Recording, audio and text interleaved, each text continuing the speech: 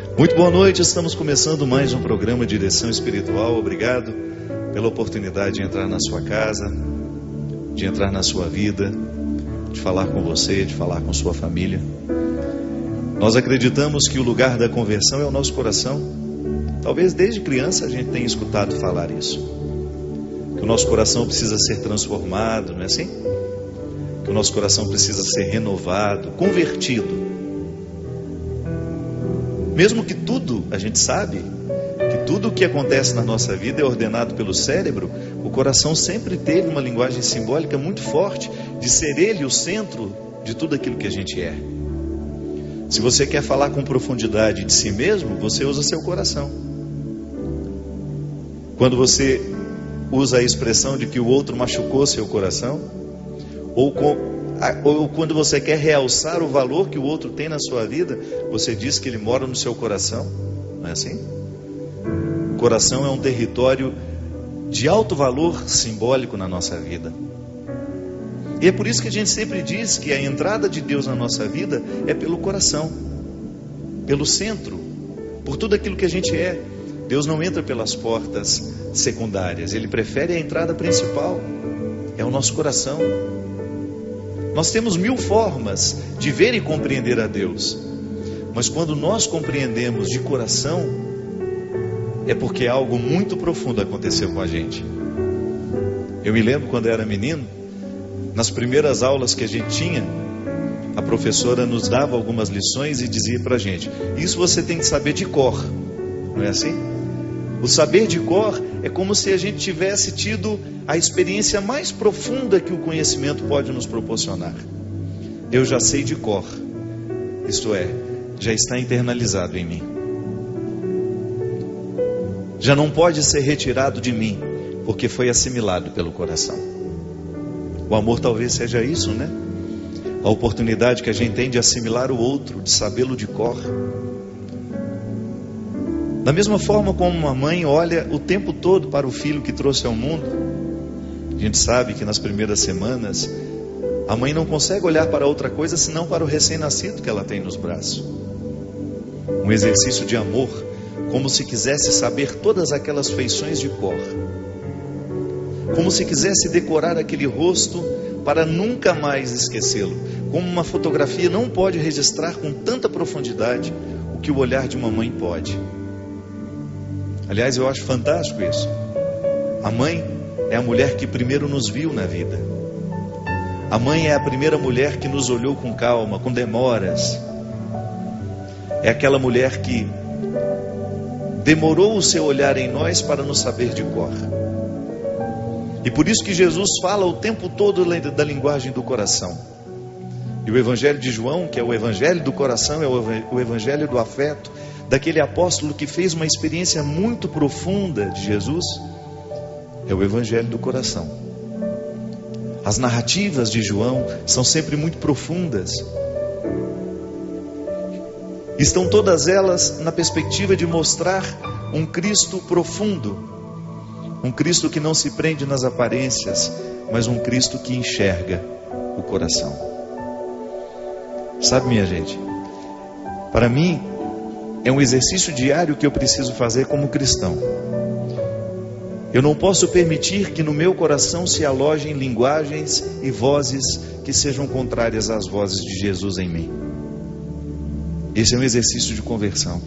Para mim, como cristão, a minha identidade cristã carece de ser reforçada por vozes que me recordam quem eu sou.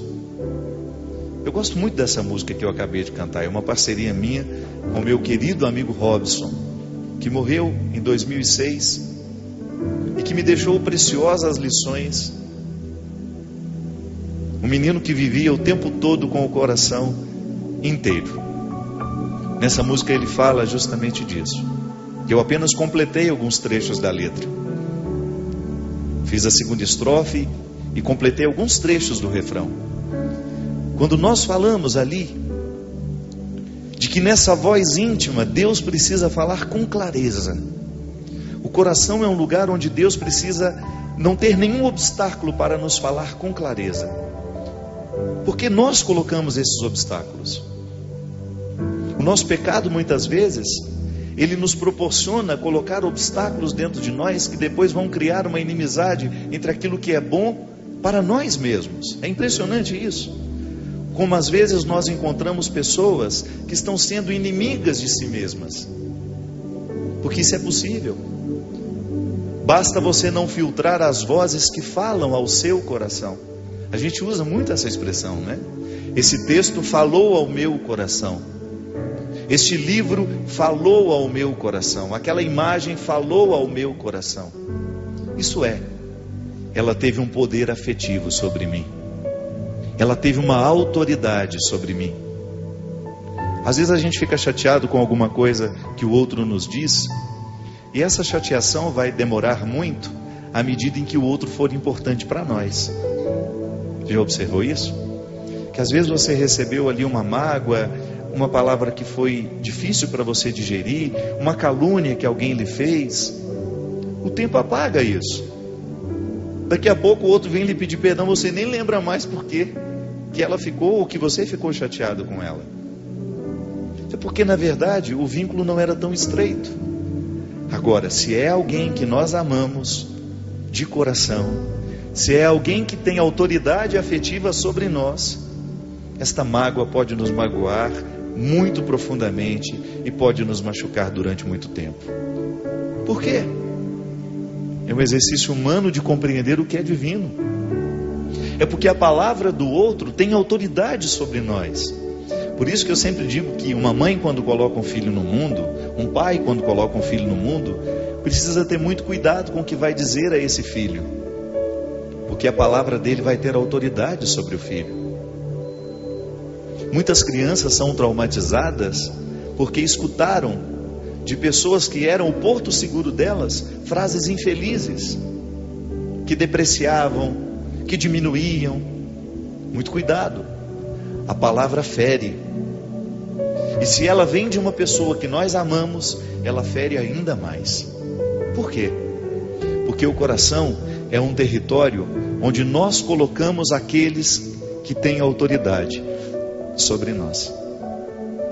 E Jesus nos ensinou que a maior autoridade, aquela que está superior a todas as outras autoridades, não é a medalha no peito, não é a profissão que teve, que foi dada pelo diploma, não é o cargo político que ele exerce, não.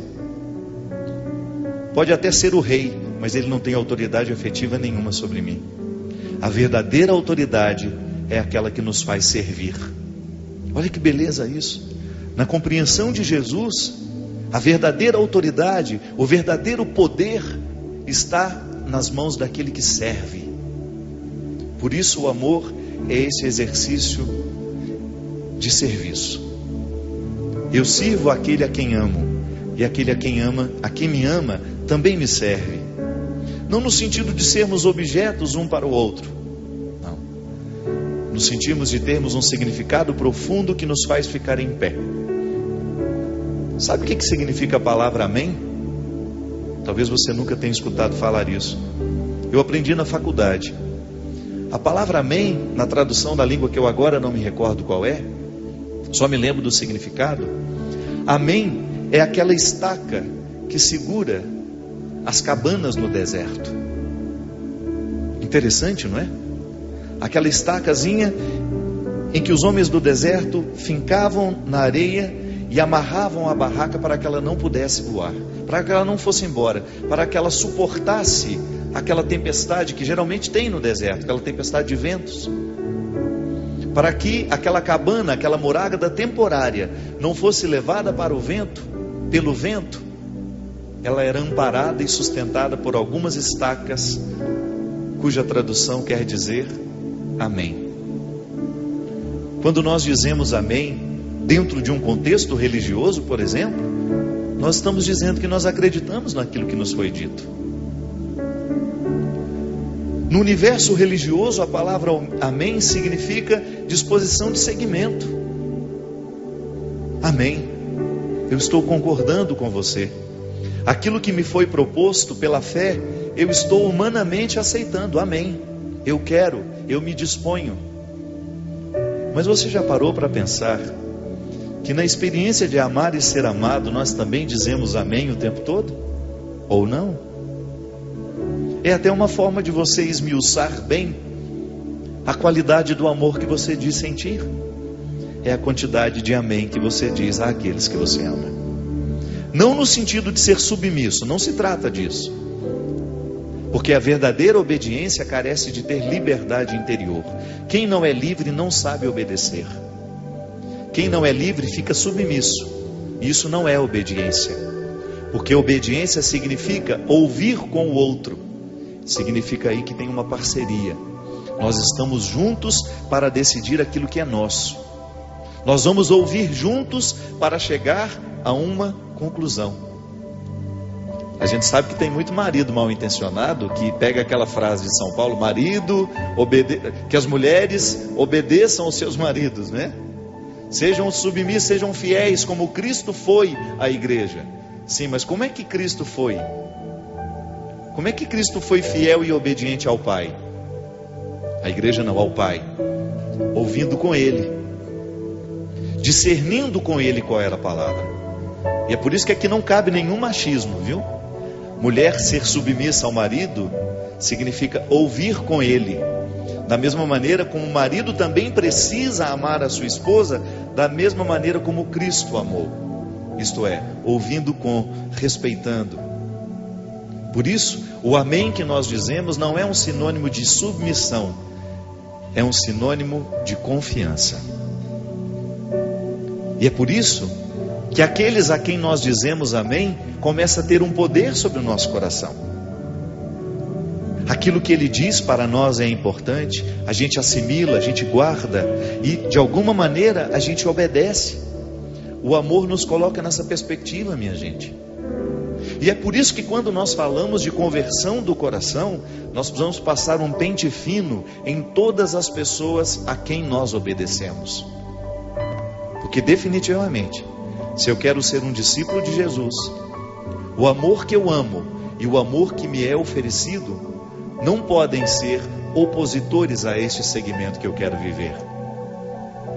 Precisamos passar o pente fino para ver se estamos dizendo amém a pessoas que realmente estão comprometidas com o nosso processo de conversão. Muitas vezes nós não conseguimos chegar ao conhecimento de Deus, é porque o amém que nós estamos dizendo humanamente às pessoas que têm uma influência sobre nós, não nos favorece. Ou até mesmo de pessoas que não estão comprometidas com o nosso crescimento. De pessoas que não estão interessadas na nossa libertação. No programa no ano passado a gente falava da libertação da liberdade. Parece complicado isso, né? Mas não é. Todos nós temos uma liberdade dentro do coração que nos foi dada por Deus. Mas que se a gente não administra bem essa liberdade, ela pode morrer dentro de nós. Nunca chega à tona. Eu uma vez encontrei uma mulher, eu ainda era um seminarista, que vivia um processo altamente doloroso no relacionamento dela. Ela hoje trabalha aqui comigo na fundação. Você pode observar que nós estamos na sede da Fundação Dom Couto hoje. É uma grande líder que nós temos aqui na fundação. E você sabe qual que é o que mais me alegra quando eu vejo essa mulher hoje com a vida totalmente reconstruída? Foi justamente saber que Deus agiu no centro do coração daquela mulher, levando-a a acreditar na liberdade que um dia Deus havia colocado para ela experimentar. Ela estava dizendo amém a um homem que não a amava como ela merecia ser amada. Ela estava dizendo amém a um homem que não estava nem um pouco interessada com aquilo que Deus gostaria que fizesse na vida dela. Porque nós somos esses instrumentais que Deus coloca uns na vida dos outros, para sermos esses instrumentos, sabe? Da mesma maneira como alguém vai lá e abre uma porteira para a boiada passar. Alguém de vez em quando precisa abrir a porteira da nossa vida para que a gente tenha condições de sair daquilo que está nos prendendo. Como é que abre essa porteira, minha gente? Desculpe até a expressão, né? Abre a porteira como? Através de uma palavra, através de um conselho bendito, ou até mesmo de um abrir de olhos que nos faz enxergar as coisas de um jeito novo. sem as opressões que muitas vezes os nossos inimigos íntimos colocam em nós. São Paulo tem uma passagem interessantíssima em que ele fala desse inimigo íntimo como um espinho na carne.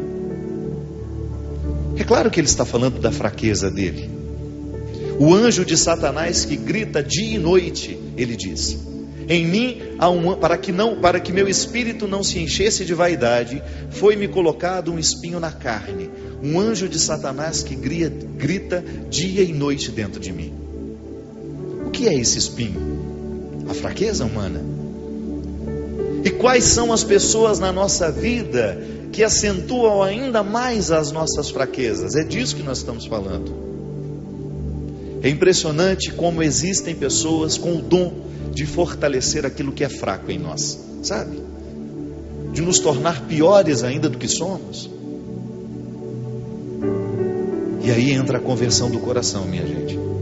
Se a gente não tiver coragem de olhar para os relacionamentos que nós temos, para as pessoas que têm autoridade sobre nós, e identificar, será que essa pessoa está exercendo na minha vida o mesmo papel que Jesus exerce, que é de me libertar, que é de me tornar melhor?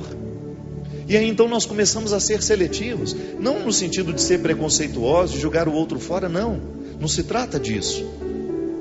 O nosso processo de conversão tem de acontecer, sobretudo, na consciência dessa humildade. Nós não somos melhores que os outros, mas nós temos o direito de delimitar o espaço. E quem vai exercer essa autoridade sobre nós? A partir de hoje, essa autoridade afetiva, essa voz que dita ao meu coração quem eu sou e quem eu deixo de ser, tem de estar com o símbolo da fé. Então nós começamos a descobrir as parcerias neste processo de conversão. Quando nós identificamos que o outro está nos tornando cada vez mais aptos à ação de Deus em nós. Você olhar para os amigos e identificar: esse amigo aqui me faz ser mais de Deus. Esse marido me faz ser mais de Deus. Essa esposa me faz ser mais de Deus. Esses filhos que eu trouxe ao mundo me fazem ser mais de Deus. E você também pensar na responsabilidade do seu papel na vida dessas pessoas. Por isso, o coração é muito mais do que a gente pensa ser. O coração é o território povoado, é a cidade onde muitas pessoas habitam dentro de nós. E como toda cidade tem os seus arruaceiros, é preciso que a gente coloque esses arruaceiros no lugar correto. Porque o seu coração é um território santo. O seu coração é um território que merece toda a reverência. O seu coração é um território que merece toda a vigilância. Jesus já nos chamava a atenção de que era preciso vigiar e orar. Orar como uma atitude que nos coloca em consonância diária com o Senhor. E a vigilância, a observância, para que a gente não perca a capacidade de identificar quem são os amigos do nosso coração, quem são as pessoas que estão de fato colaborando para que a gente tenha condições de tornar o nosso coração cada vez mais puro, para que Deus tenha a oportunidade de falar nele e através dele em mim. Talvez hoje o programa seja só para isso, para nos fazer pensar em quem mora dentro do nosso coração. Quem são as pessoas que realmente exercem uma autoridade sobre nós? E a partir dessa reflexão, minha gente, a gente ter condições de pensar o nosso processo de conversão com bastante crueza, com bastante realismo. Porque se a gente identifica que o nosso coração está alojando, abrigando inimigos, pessoas que não estão nem um pouco interessadas com o nosso crescimento pessoal, é também gesto de conversão a gente colocar essas pessoas nos devidos lugares. Porque quem quiser ter um coração puro, terá de ter coragem de mexer nas impurezas que tantas vezes nós alojamos dentro de nós. Nós vamos para um rápido intervalo e a gente volta já já com o programa de direção espiritual.